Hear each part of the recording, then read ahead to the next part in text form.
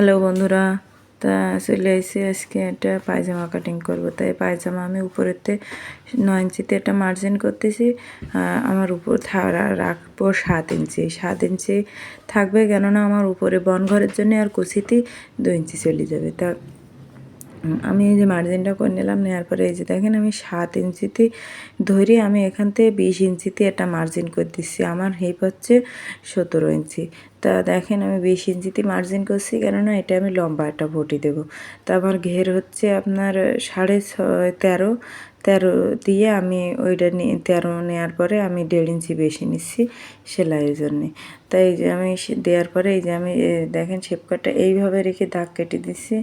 আমার আগের একটা ভিডিওতে দেখাইছি, যারা মোটা তাদের জন্য আমি এইভাবে সমান করে দাগ কাটি, আর যারা চিকন সেরকম হলে আমি এইভাবে বেঁকানো দাগটা আনতাম। দেখেন আমার ওখানে কতটা সিট হচ্ছে বাড়তি হয়ে গিয়েছে। যারা হচ্ছে মোটা তাদের জন্য সবসময় এরকম লম্বা করে মার্জিন করবেন, তাহলে আর কখনো আপনার ওই টাইট হবে না। তা আমি এবার কোমর পট্টিটা আলাদা করে নিচ্ছি। কোমর পট্টিটা আলাদা করে নেওয়ার পরে আমি এবার হচ্ছে ওই আপনার ওই সাইডেতে পটিটা কাটিং করে নেবো। এটা সাইডেতে যে সিটটা বেরোবে ওইটা দিয়ে আমার পটি হবে। তা বন্ধুরা, আপনারা আমার পাশে থাকবেন, আমার ভিডিওতে লাইক কমেন্ট শেয়ার করবেন।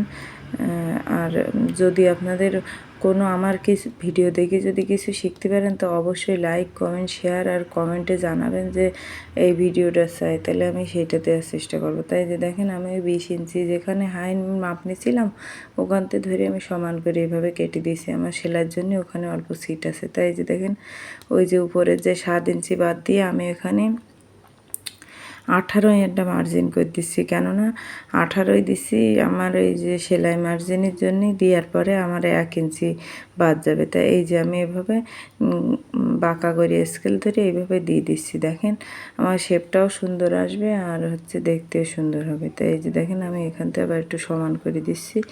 দিলে পরে মানে আপনার পায়জামার শেপটাও সুন্দর আসবে।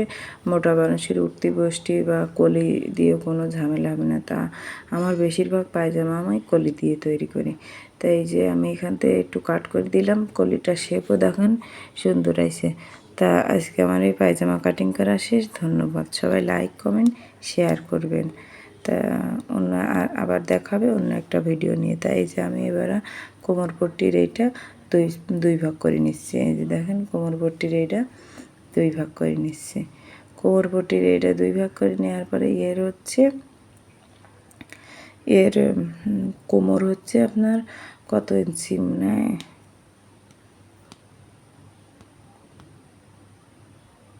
এর কোমরটা 60 ইঞ্চি। তাই যে আমি 30 ইঞ্চিতেই মার্জিন করে নিচ্ছি। 30 ইঞ্চিতে মার্জিন করে একটা দাগ কেটে দেবো।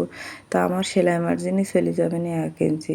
তাই এই যে দেখেছেন কত বড় কোমরের মানুষের পায়জামা। তাই এই কোমর পট্টি এরমভাবে আপনারা যদি এইভাবে পটি কেটে দেন, তাহলে যত বড় কোমরই হোক না কেন পায়জামা এইভাবে কেটে এইভাবে পটি দিলে তাদের কোনো সমস্যা হবে না। তা ধন্যবাদ। সবাই লাইক কমেন্ট শেয়ার করবেন।